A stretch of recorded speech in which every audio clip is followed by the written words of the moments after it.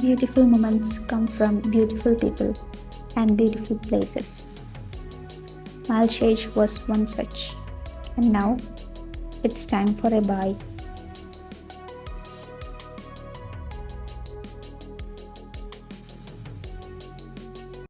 മനസ്സില്ല മനസ്സോടെ ആണ് ഇന്നത്തെ ദിനം. ഇന്ന് മാൽഷേജ് ഘട്ടിനോട് യാത്ര പറയേണ്ട ദിവസമാണ്. എത്ര പെട്ടെന്നാ ഒരാഴ്ച പോയേ, നമ്മൾ പോലും അറിഞ്ഞില്ല.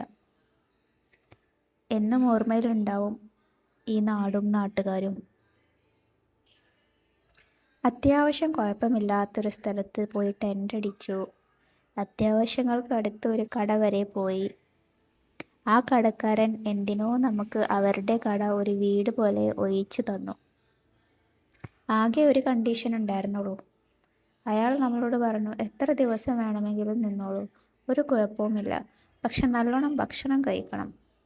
അവരുടെ വീട്ടിലെ ഒരു അംഗത്തെ പോലെ നമ്മളെ ട്രീറ്റ് ചെയ്ത്. ആരാ, എന്താ, എവിടുന്നാ, എപ്പോഴാ ഒന്നും അറിയാത്ത രണ്ട് കൂട്ടരാണ് നമ്മളും അവരും. യാത്ര മനുഷ്യന് നൽകുന്ന സമ്മാനങ്ങളാണ് ഇത്തരം ബന്ധങ്ങൾ. ഒരുപാട് മിസ് ചെയ്യും അവരെ, ഓർമ്മയിലുണ്ടാവും എന്നും. തിരിച്ചു പോകാനിപ്പോൾ മഹാരാഷ്ട്രയിൽ നമുക്കൊരു വീടുണ്ട്.